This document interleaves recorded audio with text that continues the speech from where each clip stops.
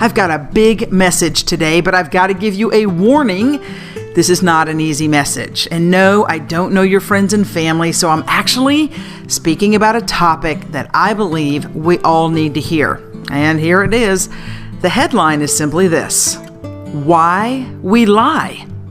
You know, honesty is such a lonely word, and to add insult to injury, exaggeration is the name of the game. And friends, that's a lie.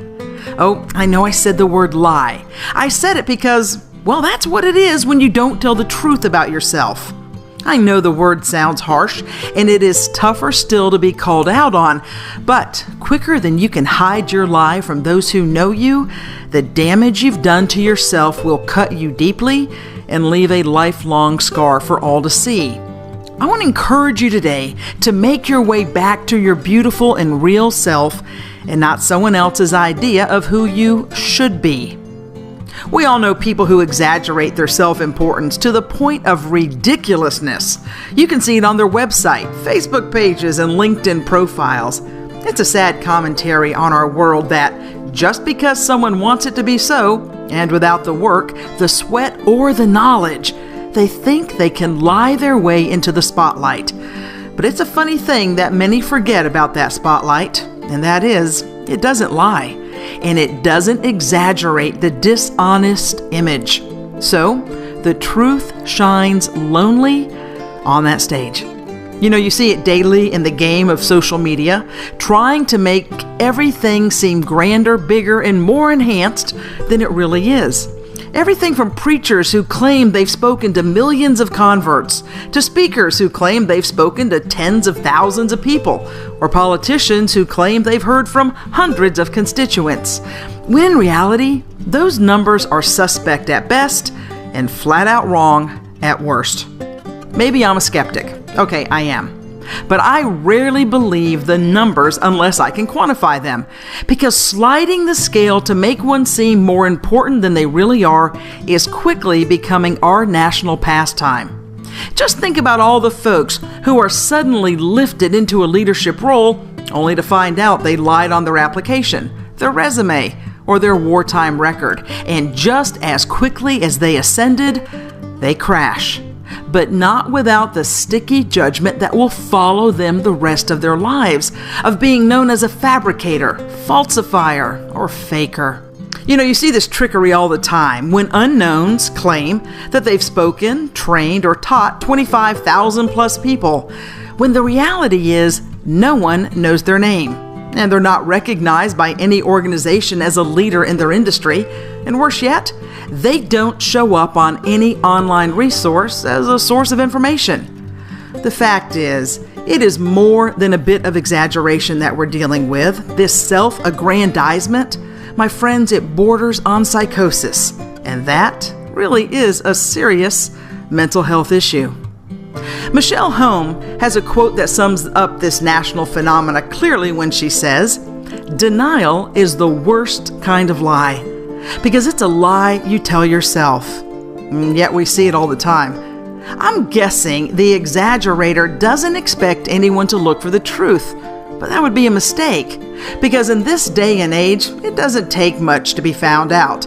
And when the truth comes forth, the damage from the dishonesty is destructive. Thomas Jefferson once said, "He who permits himself to tell a lie once finds it much easier to do it a second and third time, till at length it becomes habitual." You know, it's safe to say we are becoming a nation of habitual storytellers, and I put that in quotes. You know, we all know the bar is low these days for those who make big, audacious claims of their abilities, talents, and gifts.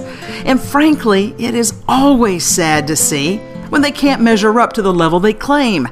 But they've done this destruction to themselves, so it's hard to feel sorry for them. Disgust? Maybe. Sorry? Not so much. Hard to feel sympathy for someone who purposefully makes claims they can't back up.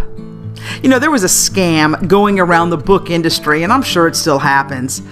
Here's what happens. A writer will have 15 of their friends at a certain designated time, usually 1 a.m. or some off time, buy their book online. And in the crush of 1 minute, they claim, quote unquote, that they have a #1 best-selling book on Amazon.com.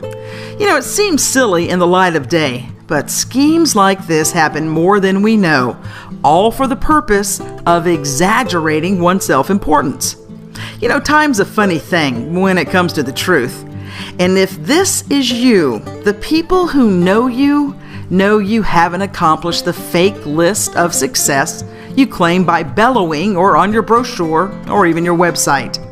You can't blame your friends when they finally lose the last shred of respect for you simply because they know that you have created a false avatar of someone that you're not, because you're not willing to do the work to be truly, honestly, justifiably amazing. You just didn't think you'd be found out. Remember, one lie is enough to question all truths. Friend, is it worth it? Is it worth the trouble to keep up the false image? Is it worth the damage to your reputation? The answer is no, 1,000 times no. Believe it or not, your friends would be more impressed if they were told the truth, even if it isn't as glamorous as one would like. At least they know what they're dealing with. And true friends will support you on your journey to success and really buy your book. The problem with little lies is that they never find an ending point. And as you well know, once that fire is started, it is hard to put out. I saw a poster recently that I really like, and I found it online, and it says this: a lie is a lie. A white lie is a lie. A half-truth is a lie. A hidden truth is a lie. A lie by omission is a lie, because a lie is a lie. I wish I had better news, but I don't when it comes to this issue. So here's where I want to challenge you, encourage you to challenge others and be aware of others who exaggerate their self-importance. Before I explain, let me once again reassure you that I've not been contacted by your ex or your boss or your former friends. You see, today's topic is one that has been floating around in my head for a while. But it's hard to put on paper because it's not fun or uplifting in any sense of the word. But this is the truth that someone needs to say and someone needs to hear. Because too many good people are on the edge of decision making, and if they make the wrong decision to falsely build themselves up and create a false image of someone they are not, don't let it be said that you were not warned of the damage that it will do when you're found out. And unfortunately, you'll be found out. I can tell that you're not lucky enough to hide, not today, in our fact-checking world by one click online. So my advice as your friend and coach is to do the work. Make an honest name for yourself and build your knowledge base and skills to amazing. Instead of being a forger, a fake, or worse yet, my friend, be considered a fool. You're better than that, and deep in your heart you know it. So don't take the shortcut. It's always longer than it seems. And truth be known, it doesn't lead you to success. You'll just amble and wander and stray down paths that will lead you nowhere.